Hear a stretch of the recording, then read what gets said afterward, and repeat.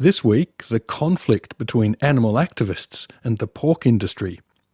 The frequency of activists' nighttime raids on commercial piggeries, where they install secret cameras, coupled with a strident social media campaign, has shocked pig farmers. Animal welfare activists say that exposing factory farming and slaughtering practices is the only way to force change. The intensive pig industry is now squarely in the firing line. Over the roars of the crowd. It's called the sport of kings. Its champions are national heroes. Black caviar. But as you stand trackside, this is what you hear as they pound toward the finish line. The rhythmic whacking of multiple whips. Are we beating our horses to the finish line?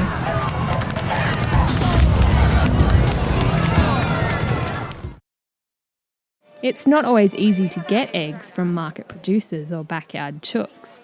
And even though free-range and barn-laid options are now more available in supermarkets, most of our eggs still come from large-scale cage farms. Pam's pretty well known in Tasmania. She spent 100 days in Risdon jail for breaking into battery sheds and freeing hens, and she once danced on the steps of Parliament with a 2-metre-high hen, Battery Bertha. And those days have caught up with her now. Over the summer, her licence was cancelled when she took a stand and refused to pay trespass fines dating back to the 1980s.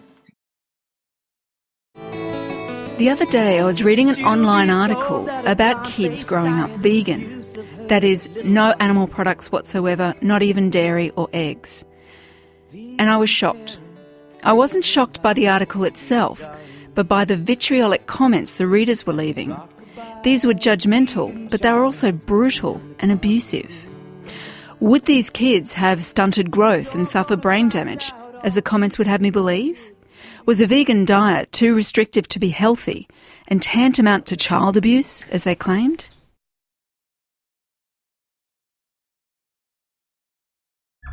This is the vision the greyhound industry doesn't want you to see. The industry claims live baiting has been outlawed. That has certainly been clamped down on in the last 5 years and has cleaned right up. But tonight, undercover footage reveals the awful truth. Acting on information from Four Corners and undercover footage from Animal Liberation Queensland and Animals Australia, the RSPCA and police raided training tracks in 3 states last week. As a result, the sports regulators have suspended 22 people involved in allegations of live baiting, using piglets, possums and rabbits.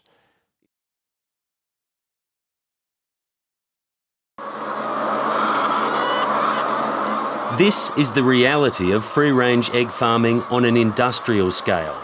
Pam and Ken Howard have more than 40,000 free-range layers on their farm at Gloucester in New South Wales, as well as 60,000 hens in a caged system. The free-range birds have access to the outside for about 9 hours a day. The Howards run on a stocking rate of 10,000 birds per hectare, the standard now required by both Coles and Woolworths.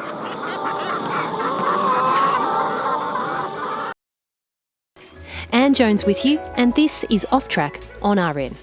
So let's apply some thought to this, right? What do we really know about cattle, about their personality or their character, about how they perceive the world around them? I recently got my hands on a copy of the book Cow Talk from CSIRO Publishing, and I have to admit I was a bit stunned about how little I knew, but also how interesting these domesticated bovines are. So, pop quiz. How does a cow pass the time? They ruminate.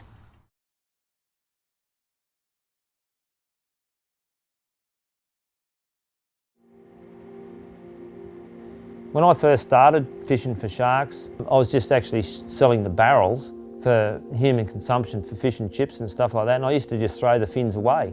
And then my father-in-law said to me, he said, well, instead of throwing the shark fins in the river or in the rubbish, why don't you actually throw them in the fish tub and sell them? And I thought, I'll give that a go. I don't exactly know where the fins end up. I only believe that it goes into shark fin soup.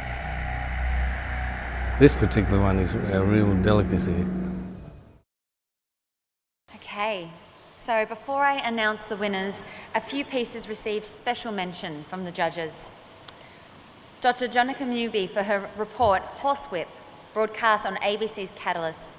Judge Ondine Sherman said this report had engaging insights into a long-standing issue with very strong research.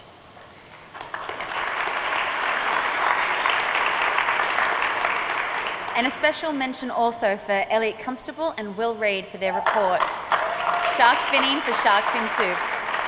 The judges said this report was a thought-provoking expose of an issue that very few people know about. But the winner and the runner-up, let me rephrase that one. The runner-up and the winner of $2,500 is Anne Arnold for her radio investigation, Pigs in the Middle, broadcast on Radio National.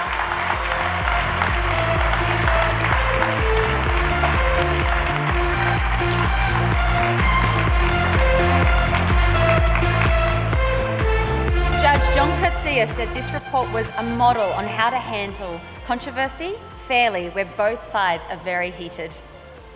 Congratulations, Anne.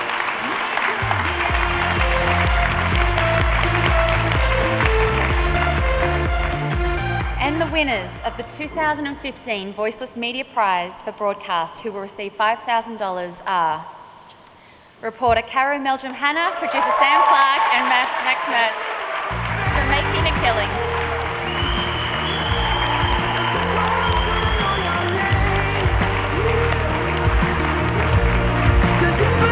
Congratulations, guys.